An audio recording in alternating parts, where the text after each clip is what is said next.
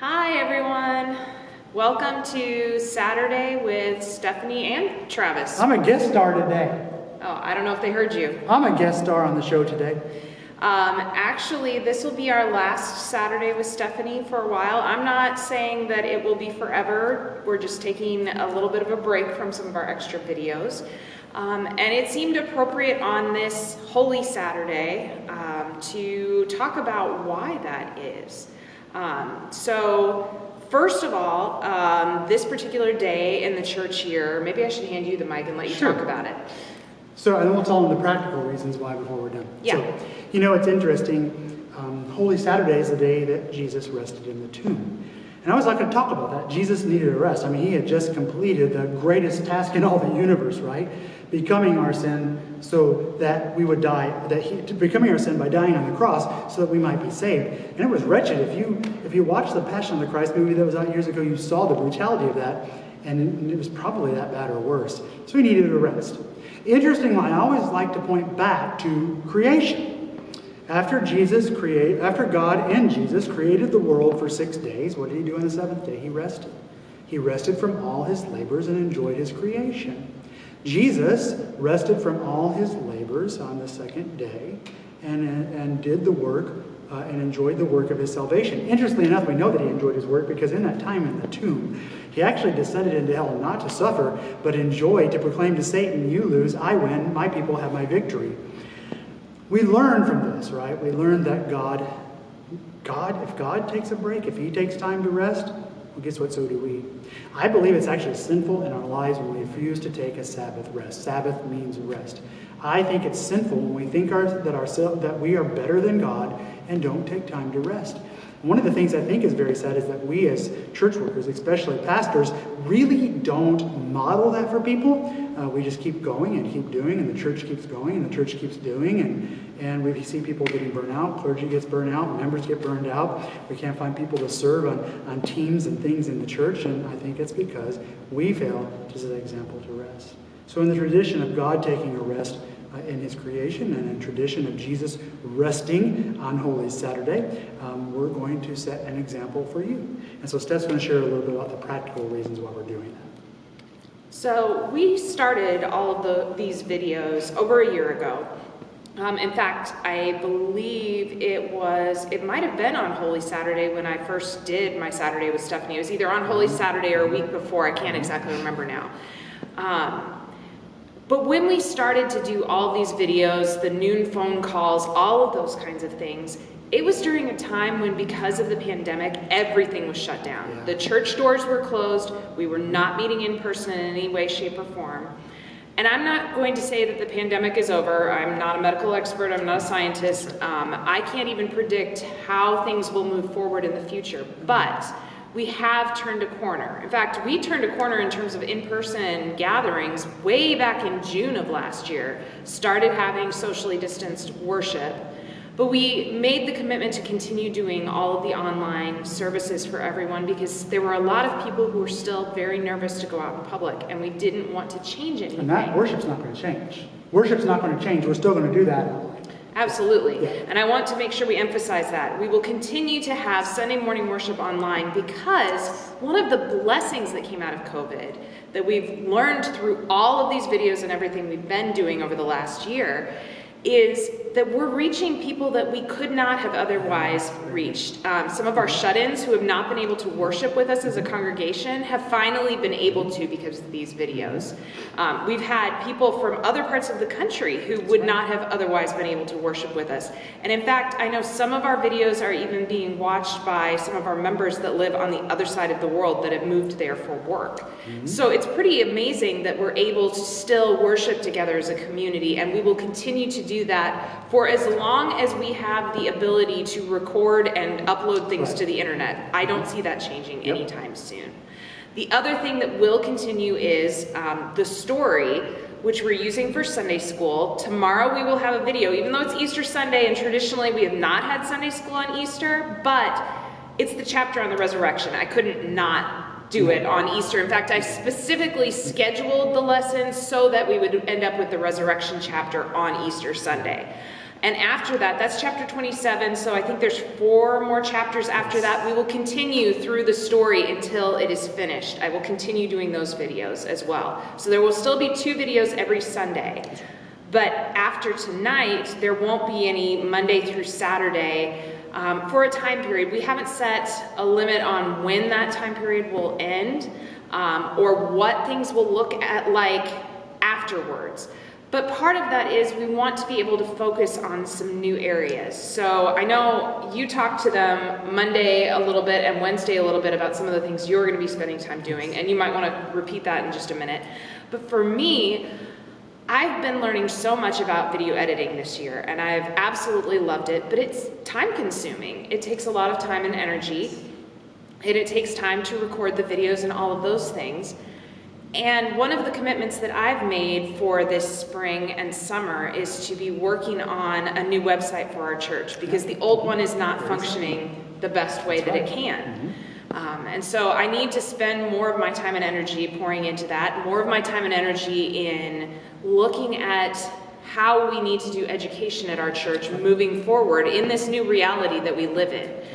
I have a lot of ideas. As things are a little more clear, I will share them with you. Maybe do some special videos from time to time, so watch for emails, subscribe to our YouTube channel, follow us on Facebook. You'll see the videos when they pop up, but they're not going to be on a regular basis, because at this point, we need to just step back and refocus, really. A lot of it is we made all of these decisions and changes at a time when we didn't know what to do. Like that. Yeah, it happened immediately. And now, a year later, we're taking the time to pause and regroup and decide how are we going to move forward in ministry from here. And for me, thanks, Steph. Now, I just want to say, too, real quickly, thank you for all you've done. I don't know if the people realize how difficult and how much time it takes into every video that she does. Stephanie, we were able to do what we did in a 3 days notice, canceling worship and going immediately online because of Stephanie.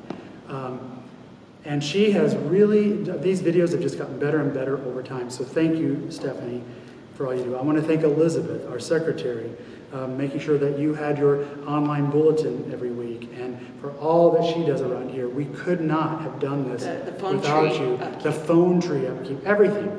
We literally could not have done this without Stephanie and Elizabeth. I, on the other hand, and you probably don't need me, you saw my ugly mug every week anyways, but we really couldn't have done this without Stephanie and Elizabeth working, and most of the time behind the scenes, albeit, but it's because of them this could happen. For me, as you know, we have a new church plant going, and I need to take time away to devote to that. It's going to take time and energy and work, which I'm excited about doing, and that's awesome, but something has to give in order for that to happen, because we're getting, in essence, 4 new staff people on staff. We're, obviously, the district's covering that, but we're getting 4 new staff people instantaneously, so I need to work on that. Secondly, I'm getting a new vicar. One of those staff people will be a vicar, a pastor in training, and I have to spend so much time with him a week, helping him with his studies and working with him and training him to be a pastor, which I'm really excited about and honored to do that. He's a pastor, or vicar John, is a wonderful man, and I love him already dearly. I'm going to be spending time because all of this has helped me to see we need a new vision direction for our church. So I'm spending a lot of time in prayer and Bible study, which is important. Pastors need to do that. This year I've been so caught up in everything else, I've kind of lacked on that a little bit. I need to refocus on getting back to God in that. You know, pastors need to do that. It's not all administrative work and stuff. We need to do that. So I need to take time in getting back to that as well to help cast a new vision for our congregation, maybe what it's going to look like when all this pandemic stuff emerges. Making more time to pray for you and all those things. And so I need time to do that, and I've realized that God has said, you need to do that. So I'm going to do that. And I also was diagnosed recently with another little minor health concern, nothing major, and I need to take some time to focus on how to live with that because it involves a lot of change in my life. So Dietary, mostly. Dietary change, yes. I have to go on this thing called a low FODMAP diet. Look it up. I can't eat much, but it'll be good. So anyways, hopefully life change. So that's kind of where I'm coming from too, right? And so that kind of is why we're doing what we're doing. And one of the things that we found in talking to people is things like the noon prayer call. We know for some of you it's been really important, but we know for a lot of other people, it's actually caused you to stop picking up the phone when that number rings. And we want to go back to using the phone tree for what it was intended for in the first place, which was for emergency notifications, letting you know if somebody has passed away, letting you know about special announcements. Probably won't have more than 1 or 2 a week in the future, if that, but that's kind of was our rule of thumb, trying not to do more than 2 of them in a week at the most. So we're going to go back to that, so we hope you pick up those calls in the future. If you found the noontime prayers to be really beneficial in your spiritual life, here's the thing you can do. Take out your phone right now, set an alarm for every day at noon. Same thing as the phone call coming through. And if you can't think of anything to pray, well, guess what? Every single one of those prayers, how did you end it? With the Lord's Prayer. I've only done like almost 400 of them last year. Yeah, so if you can't think of anything else to pray, pray the Lord's Prayer. If you've watched my previous several videos on Saturday night, that's what we were doing, was going through the Lord's Prayer. If you need to, you can look up prayers online. There's a million resources. And they can watch devotions from the last year, because I guarantee not everybody's remembered all of them. Yes, absolutely. You can go back and find old devotions from our YouTube channel on our Facebook page. You can rewatch them. We're going to also, as we see things on our own Facebook pages and on the church page, when we see really good content, whether it's videos or written word kinds of things, we're going to share those with you. So make sure that you follow the church page on Facebook if you're on Facebook, because we will share things there from time to time that are useful for you. If you need help finding a devotional booklet, if you want to continue doing family devotions every night, you can read a devotion to your family. That's right. And talk through what it means to you. So if you need help finding one, contact one of us. We would love to help you find things. You've got some great resources too. A lot of the devotions that he's read are things that he's been using for years. So between the two of us and or Elizabeth, we can find you resources. If you can't afford it, we can order it for you. Way to throw Elizabeth under the bus. Absolutely. We love you, Liz.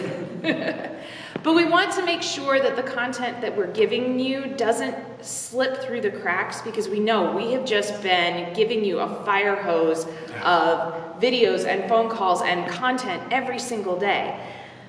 We're still here for you every single day. We are still praying for you. We're going to have some new things that we're going to be introducing over the next weeks and months, and so we want to have time to dedicate to those things. So please don't think that we're not still here in any way. We are absolutely still here. It is just that we're not going to be producing quite so much stuff that we're pushing to you every single day. So call us, text us, because they want communion. Yes, absolutely. If you want communion, call me. I do lots of them privately during the week, and so you can come too. Just schedule a time with me. Yeah, absolutely. If you're starting to feel maybe like you want to come back to worship and you're feeling a little uncomfortable about what that might mean, give us a call. We'll talk you through what that looks like. If you're still not feeling comfortable, then please do schedule communion, because we know that you need it. And like we said, worship will still be online. And that's not just for members. If visitors out there are curious about taking communion, give me a call, send me an email, whatever you need to do, because we can arrange for that too after we talk. I'd love that. Yeah, and if you are one of the people watching who doesn't live anywhere close by, still, give him a call, contact him. He can always put you in touch with a pastor in your area. That's right. Because honestly, we love that you're worshiping with us, but there is nothing like the local church, and we would love to connect you to a local church if you are not local to us right now, because there's something about that community. The biggest thing I think for us is these videos. Right now, we're sitting here in an empty room talking to a camera. Yeah. You guys see our faces and you love it and you feel like you're interacting with us, but it's really hard for us because we're not interacting with you. Right. I'll be quite honest with you, Steph. This last year has been the hardest year in my ministry. There have been points where I've been so burned out, not because of ministry, but because I don't have contact with you. I think the hardest thing for a pastor is not to have contact with this congregation. It has broken my heart. I'm about ready to cry thinking about it. It has been hard. But I appreciate the comments we get from you and that you're watching, because it helps build me up. But I can't wait to see everybody again. it's been a dreadful year. I'll be honest. Satan has attacked hard, but it's been worth it too to know that we're serving you. Yeah. And, you know, like we said, if you're not feeling comfortable with being in person, you know what? Give us a call, shoot us a text, and set up a time to talk on the phone, because we want to have interaction with all of you. We want to hear what's helpful to you.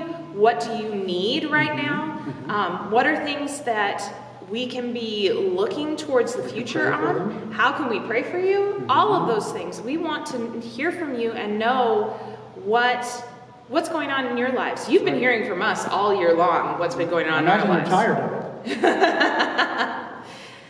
But absolutely, reach out to us. We want to hear from you. We want to see you. So however that can happen, we can even set up video chats if necessary. Yeah, Zoom and FaceTime, and even Facebook has ways to video chat, right? Yeah, absolutely. Yeah. And we could like sit across each other with a glass of wine or a glass of beer. That would be fun. Or scotch. I'm not opposed to that. Yeah. So these are some things that we can be looking forward to in the future. We can possibly have Zoom hangouts for the congregation that we've talked about the possibility of doing. We can, in the future, maybe even attempt to do a couple of live chats on the internet, whether it's on YouTube or Facebook, for people to type in their questions and ask us things, because there we get to interact. That's right.